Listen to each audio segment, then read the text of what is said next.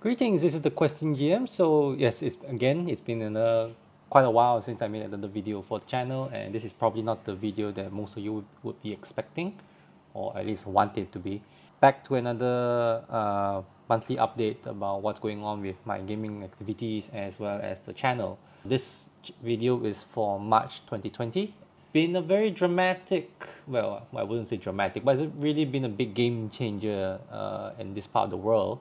You may already know there's actually a global pandemic going on, and actually our government has sort of decided to restrict movement and put everyone on social distancing in all public places. So that means I've been technically working from home for a good half of March, and that movement control order is still extended until almost the end of April, and we are still not sure if there will be any more further extensions of this movement control order.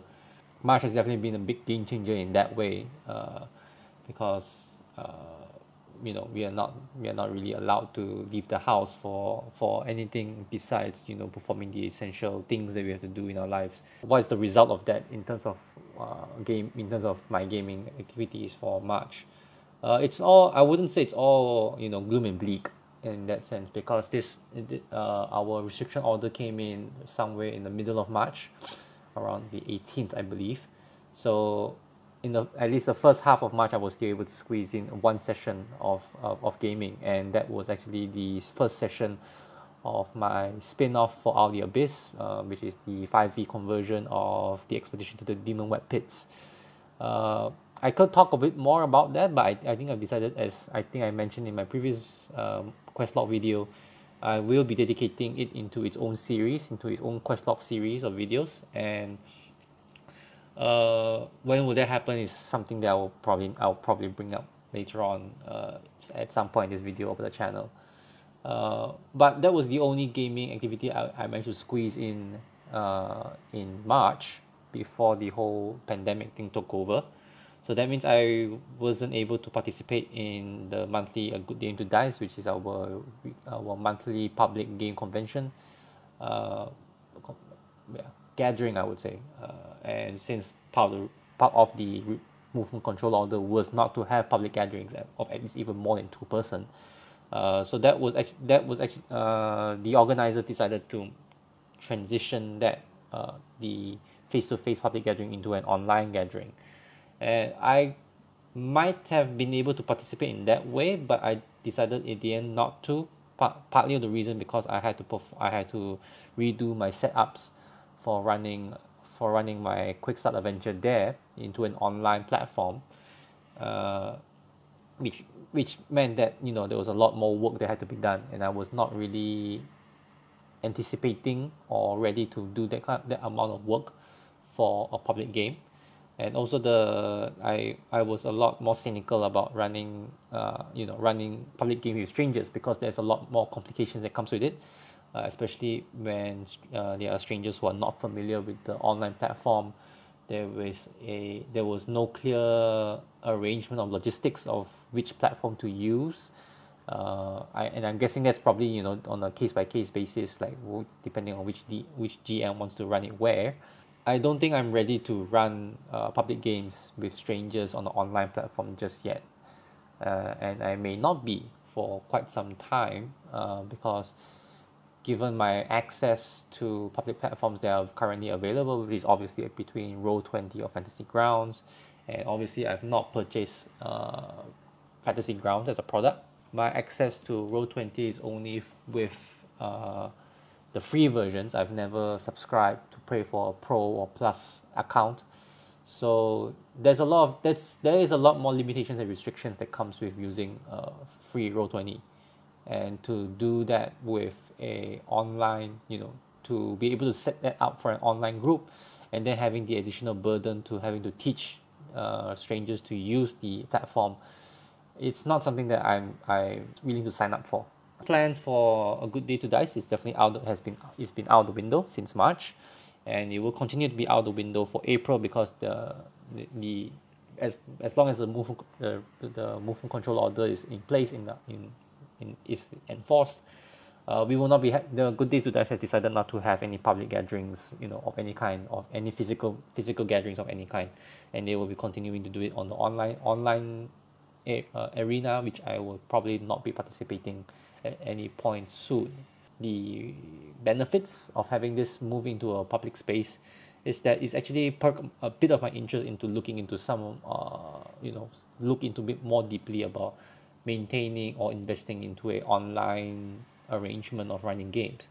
And not only as a substitute or as an alternative for my regular games, but at the same time I may decide to stop running physical games altogether and just fully immerse myself or invest myself into running online games, and maybe running with people from different time zones.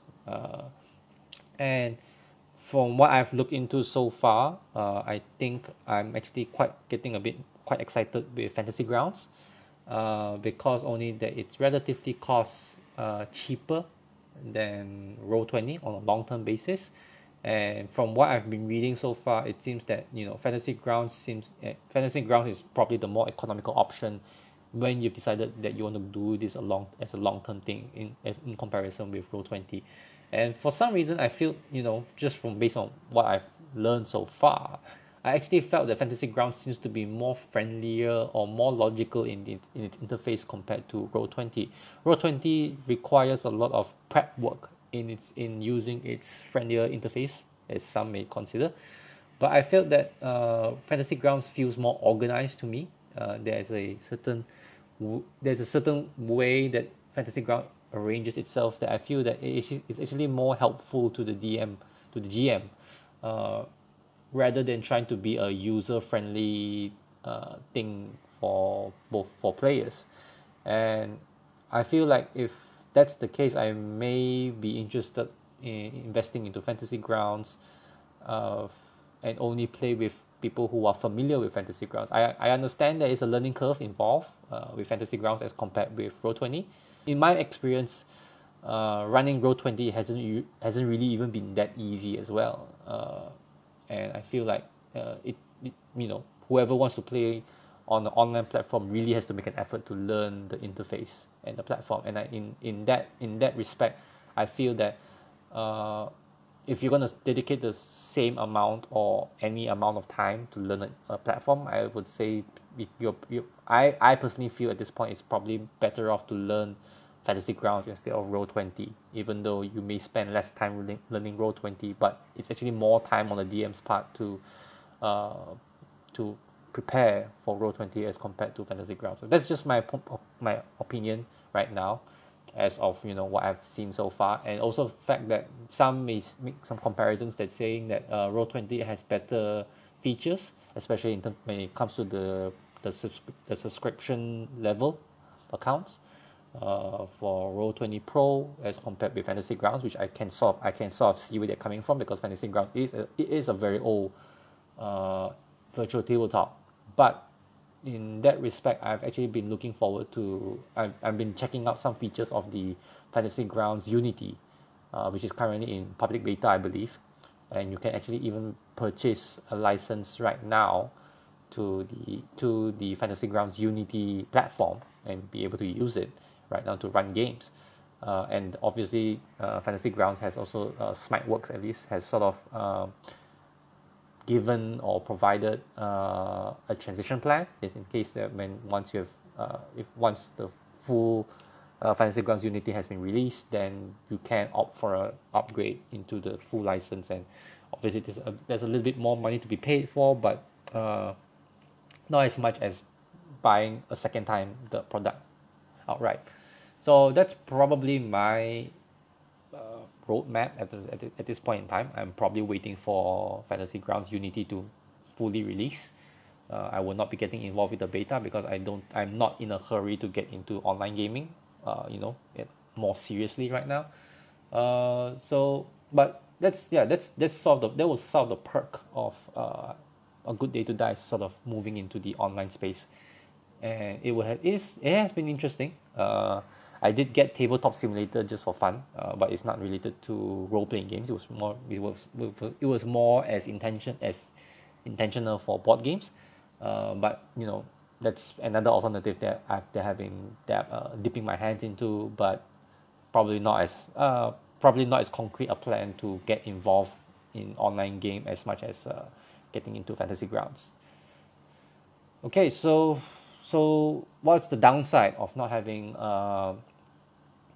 being part of a Good Day to Dice, and not even being able to have physical games at the moment right now for the nearest foreseeable future. My quick start plans has definitely been derailed and has been destroyed pretty much.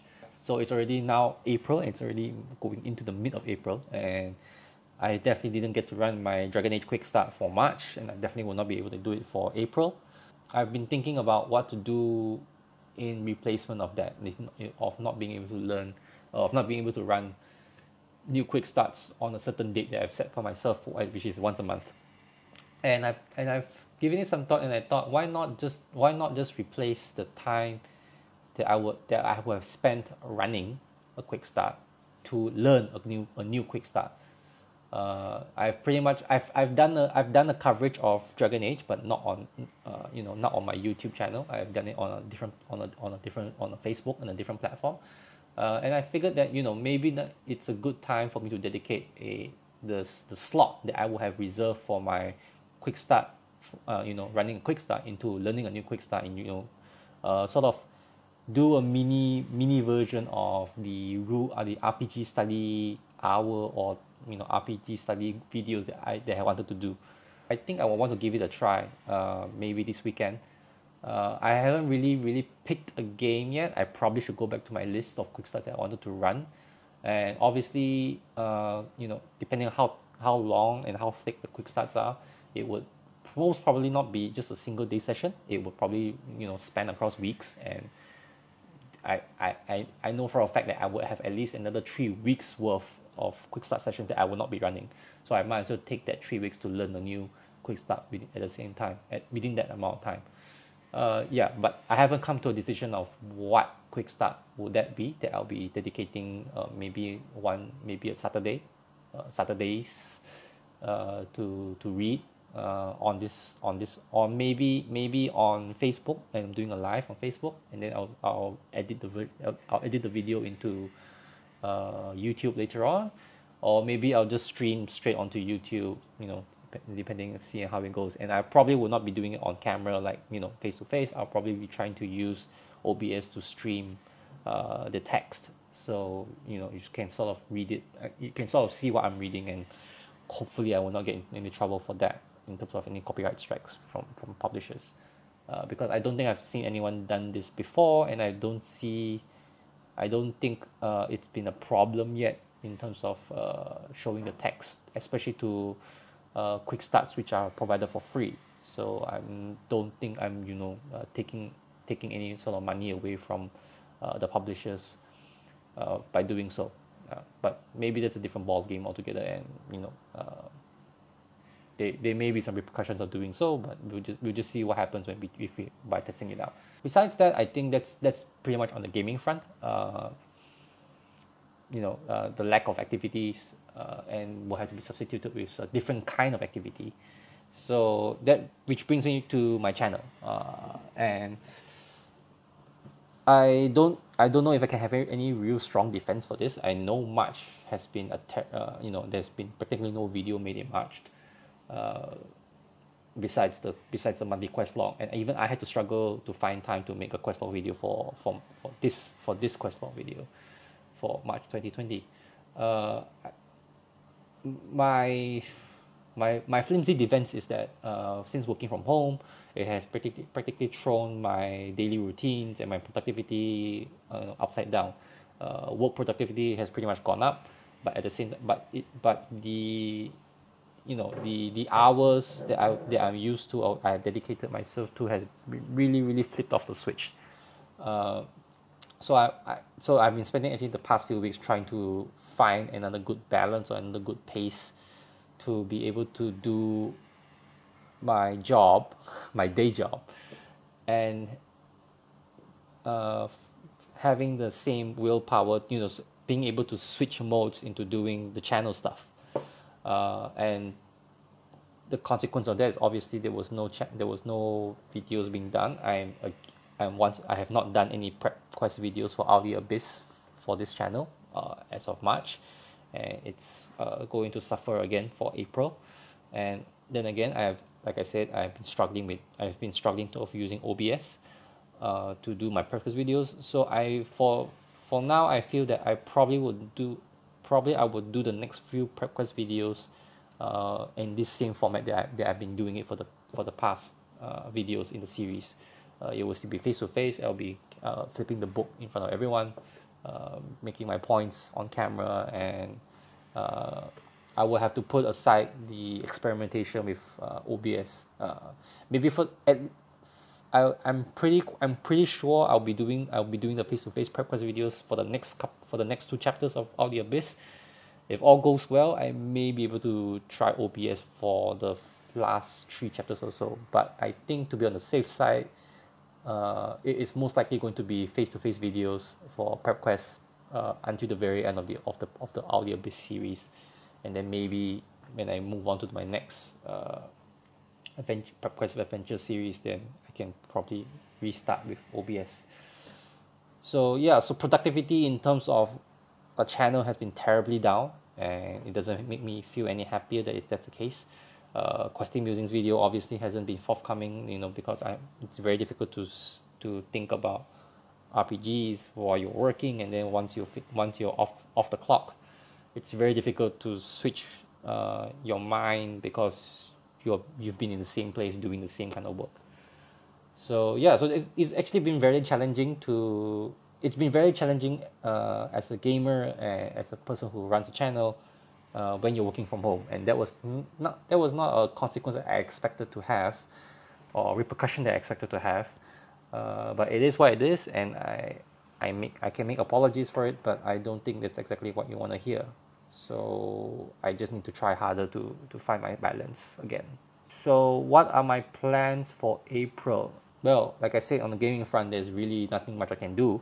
So like I said, I'll probably be switching some of my regular gaming activities for something more maybe something more channel related. Like I said, I'll probably be picking up a quick start. I'll be reading it live on the stream at some point in substitute of my regular quick start adventures. I've basically had to put my Expedition to the Demon Web Pit campaign on hold because I'm not willing to compromise its quality and state on an online game with my group. Although they do have some experience of running it, they do have some experience of playing on an online platform, except maybe one of them.